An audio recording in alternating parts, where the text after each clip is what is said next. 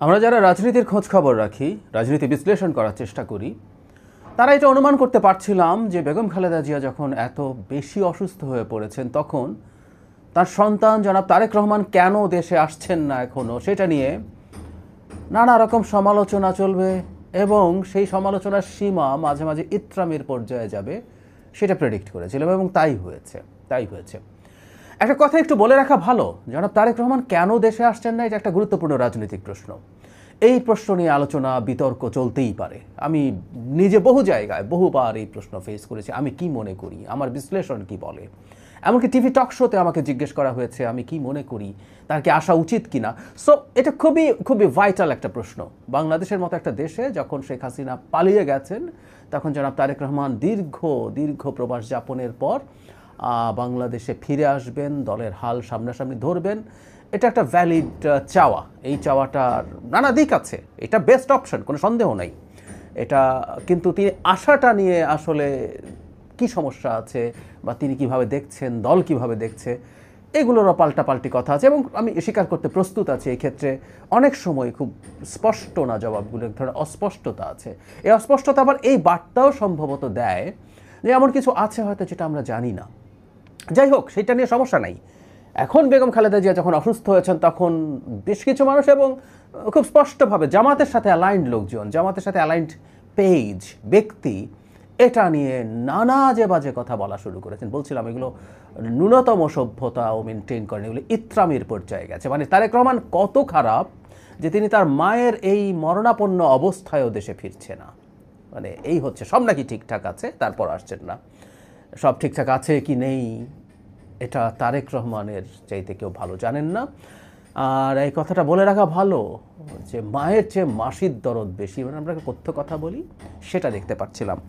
পরিস্থিতি এমনই দাঁড়ালো, জনাব তারেক রহমান একটা স্ট্যাটাস দিয়েছেন যেখানে তিনি তার মায়ের প্রতি সকলের সহানুভূতি, সকলের দোয়াকে ধন্যবাদ বা কৃতজ্ঞতা জানিয়েছেন। বিদেশি অনেক দেশ সাহায্য করতে প্রস্তুত আছে, অন্যান্য দেশ, সেটার কথা বলেছেন। এবং তার বিদেশে থাকা বা এখনই ফিরে আসা, মুহূর্তে চলে আসা কেন সম্ভব হচ্ছে না, সেটা নিয়েও কিছুটা কথা বলতে বাধ্য হয়েছেন। আমি তার বক্তব্যটা একটু পড়ি। তিনি বলছেন, এমন সংকটকালে মায়ের স্নেহ পাওয়ার তীব্র আকাঙ্ক্ষা যে কোনো সন্তানের মতো আমারও রয়েছে, কিন্তু অন্য আর সকলের মতো এটা বাস্তবায়নের ক্ষেত্রে আমার একক সিদ্ধান্ত গ্রহণের সুযোগ অবারিত ও একক নিয়ন্ত্রণাধীন নয়। স্পর্শকাতর এই বিষয়টি বিস্তারিত বর্ণনার অবকাশও সীমিত। রাজনৈতিক বাস্তবতার এই পরিস্থিতি প্রত্যাশিত পর্যায়ে উপনীত হওয়া মাত্রই স্বদেশ প্রত্যাবর্তনে আমার সুদীর্ঘ উদ্বিগ্ন প্রতীক্ষার অবসান ঘটবে বলেই আমাদের পরিবার আশাবাদী। খুব ক্লিয়ারলি তিনি কিছু কথাবার্তা বলেছেন, আমরা বুঝতে পারি, আমাদের নিশ্চয়ই মাথায় এটা কাজ করবে যে তাকে যেভাবে ভিলেইন বানানো হচ্ছে তার জবাবই আসলে তিনি এখানে দিতে চেষ্টা করেছেন এবং সেটা একেবারেই ঠিকঠাকভাবেই তিনি করছেন এবং এটা এভাবেই হওয়া দরকার। স্পর্শকাতর বিষয় আছে, একক সিদ্ধান্ত না, তার দল আছে বা there some other issues may be involved here, এটা হতে পারে। সেই সব জিনিসকে বিবেচনায় নিয়েই আসলে তিনি এভাবে সিদ্ধান্ত নিচ্ছেন।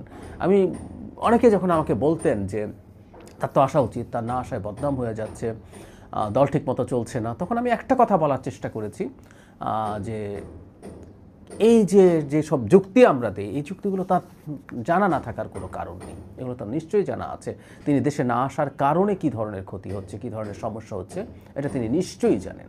কিন্তু এরপরও যখন তিনি আসছেন না, তখন আমাদের আসলে এটা মোটামুটি ধরে নিতে হবে, কনভিন্সড হতে হবে যে এর পেছনে কোনো যৌক্তিক কারণ নিশ্চয়ই তার কাছে আছে, যেগুলো আমরা অনেকে জানি না। অনেক রকম স্পেকুলেট করি, তার সিকিউরিটি থ্রেট আছে, তার নির্বাচনকে সামনে রেখে আগে আসাটা দলের বা দলের ক্যাম্পেইন বা নির্বাচনে জেতার জন্য সাহায্যকারী হবে, এরকম নানান যুক্তি আছে।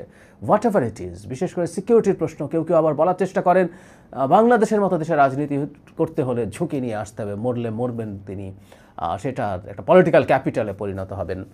এমনি আমি জানি না এরকম কোনো পরিস্থিতি আছে কি না, কিন্তু আমি বলি যেন তারেক রহমানকে যদি দুনিয়া থেকে সরিয়ে দেওয়া যায়, বাংলাদেশ খুব দীর্ঘ সময়ের জন্য একটা অস্থির পরিস্থিতির মধ্যে ঢুকে যাবে ফর শিওর।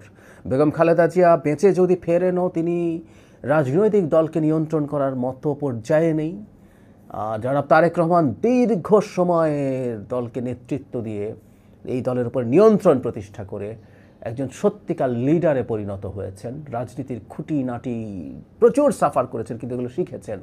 তার জায়গায় অনেকে বলতে পারেন তার স্ত্রী কন্যারা আছেন, না, এই দলকে আসলে লিড করার মতো ম্যাচিউরিটি বা সেই পলিটিক্যাল লার্নিং তাদের এখনো হয়ে উঠেছে বলে আমি মনে করি না। ফলে জনাব তারেক রহমান যদি না থাকেন, বাংলাদেশ অত্যন্ত বড় একটা অনিশ্চয়তার মধ্যে ঢুকে যাবে। তখন এই যে যাবতীয় খেলা খেলছে অনেকে, সেই খেলাগুলো খেলতে অনেক বেশি সহজ হবে। আমি আবারও বলছি, আমি নিশ্চিত নই এটা কারণ কি না, এই কথা অনেকেই বলেন। সেজন্যই বলছি আসলে তিনি সিদ্ধান্তটা নিক।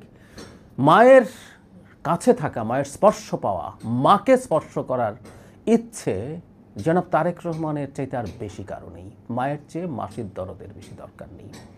এরপরও যখন এই মানুষটা আসছেন না, তখন নিশ্চয়ই এর মধ্যে দল এবং রাষ্ট্রের গুরুত্বপূর্ণ ইস্যু জড়িত আছে। আমি অন্তত এই ব্যাপারে কনভিন্সড। সেটা যদি হয়ে থাকে, বরং তার কষ্টটা আমরা যেন অনুভব করি।